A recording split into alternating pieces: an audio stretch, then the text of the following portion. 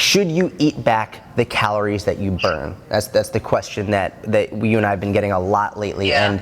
And whether it's like, hey, my Fitbit told me I burned an extra 300 calories today, should I eat them back? Should my treadmill told me that I burned an extra 700 calories today, should I eat them back? You actually have a super funny story that you were telling me before this. Just explain that story, because I think it tells a lot about human psychology.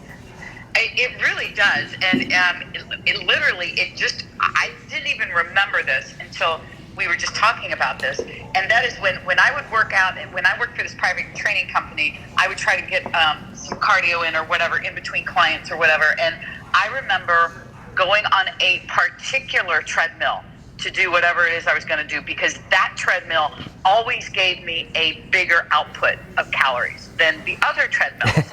and which sounds like, when you say it out loud, it's like, oh my God, what were you thinking? But at the time, wasn't thinking like, how ridiculous is this?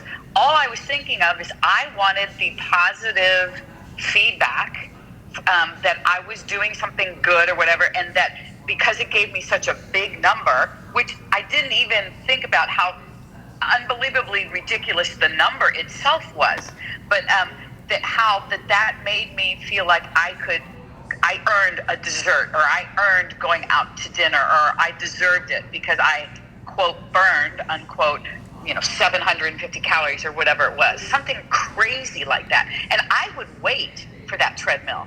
Like, if there was another treadmill available, I would wait for that one. That's so funny. Yeah, isn't that, it's crazy. It says a lot about human behavior and psychology. And it does, and it also says that people like me and you, I made these mistakes that people make. So sometimes people think, oh, you don't make mistakes. Oh, I made all of them. Literally, any mistake someone else is making, guarantee that we've been there and done that 100, absolutely.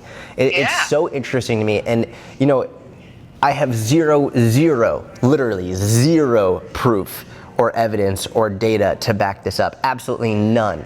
This is my own speculation, but there is data and there is proof to show that Fitbits or treadmills or whatever, the calories they tell you that they burn are upwards of 50% wrong.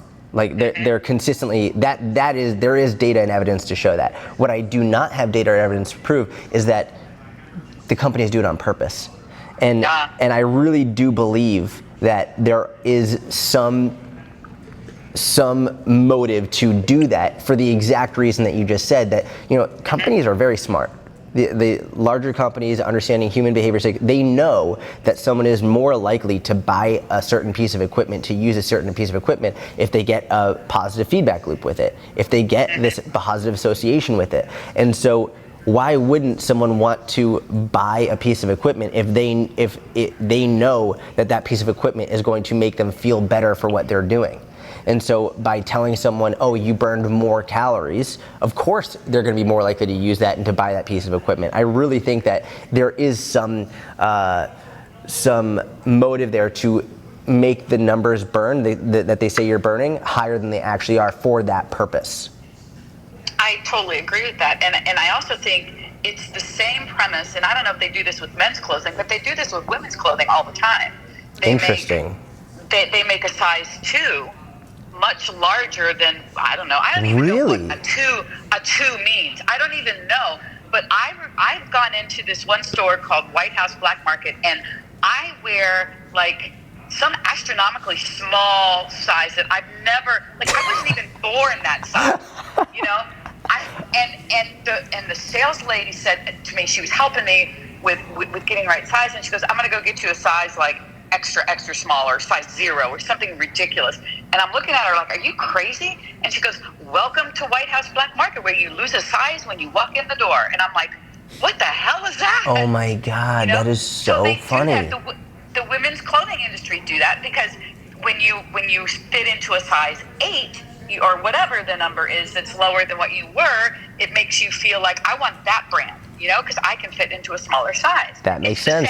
That's exactly the same premise. That is so funny. And I know nothing about clothing, period. All of my clothes are hand-me-downs. I have a huge hole in my crotch right now. I'm wearing jeans that, the jeans I'm talking about. I'm wearing the same jeans with a huge hole.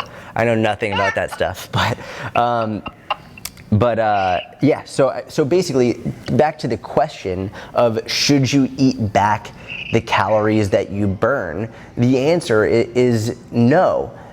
And we could also plug in it depends, right? Like it depends based on like what your goals are. But assuming your goals are fat loss, which not everyone's goal is fat loss, and it's almost like, I hate that we have to say this now that we have to preface this, like, no, your goal does not have to be fat loss. People, and I get this comment a lot lately, people like, if I put up a post about fat loss, there's always gonna be someone commenting, be like, like, not everyone wants to lose weight. I'm like, okay, I agree. I personally don't wanna lose weight right now either, but there are people who do.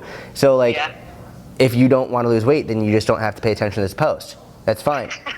Like, you don't need to go in the comments and say, not everyone wants to do that. It's like, okay, but there are some people who do. Not to mention, like, obesity is a fucking epidemic right now, so there are a lot of people who do need this post. But either way, if someone wants to lose fat and their Fitbit or their treadmill or their bike or whatever, their Peloton, whatever it is telling them that they've burned X amount of calories, should they eat those calories back?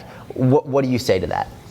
Oh, absolutely not. And sometimes people will say, well, it was my my Apple Watch or something, as if that makes it like, well then yes, please do, but absolutely not, because people get themselves right back into maintenance, if not a surplus, and they get frustrated because they're thinking, I'm sticking to my calories, I'm doing exactly what my Fitbit says or what my Fitness Pal says I'm supposed to do, or my Apple Watch, and they said, well, they're so focused on how much they're burning, and I keep telling people, you'll never know accurately that number unless you get all these expensive tests done. So instead of focusing on what you can't control day to day at all, why not focus on what you can control? And I think it goes back to people wanting not this trial and error kind of concept with calories and fat loss. I think they want a specific thing, and this is what I'm going to do, and this is how it's going to work. I don't think they like having to figure it out and try it and be consistent and see what works and monitor and all that kind of stuff. I agree. I think also, like you said, people like the idea of eating back those calories because it's like, oh great, like if I burn 700, that means I get 700 extra calories. And the idea of not having those extra calories can be super demoralizing. They're like, oh my God, then what's the point of even doing this if I can't even eat them back anymore? Like, why even bother? And I think it stems from people using exercise as a way for them to justify them, quote unquote, earning that food. And I think it's a very dangerous road to go down. It's a very dangerous psychological road to go down from the perspective of, okay, well, once I do this, I have now earned this. And it's because it's not that inherently is dangerous, but what happens when the other scenario happens, when it's like, okay, so let's say you, God forbid, break your leg, or let's say, like, who knows what happens. Let's say your family member gets sick and you have to spend a lot of time with them in the hospital, or work gets crazy and you don't have as much time to work out, and now you don't have as much time to spend working out. Now all of a sudden, have you not earned the right to eat those foods? Have you not earned the right to eat X amount of calories? And that's where it becomes dangerous, because the more you build the association with, you only earn it from doing exercise, then when all of a sudden, when you might not be able to put that amount of time or effort into exercise, now it's like all of a sudden it goes to, oh, not only have I not earned it, now it's a negative association. Now it's bad. Now I'm not doing well, which then leads to more bad habits, more negative reinforcement, which can lead to a lot of really bad issues.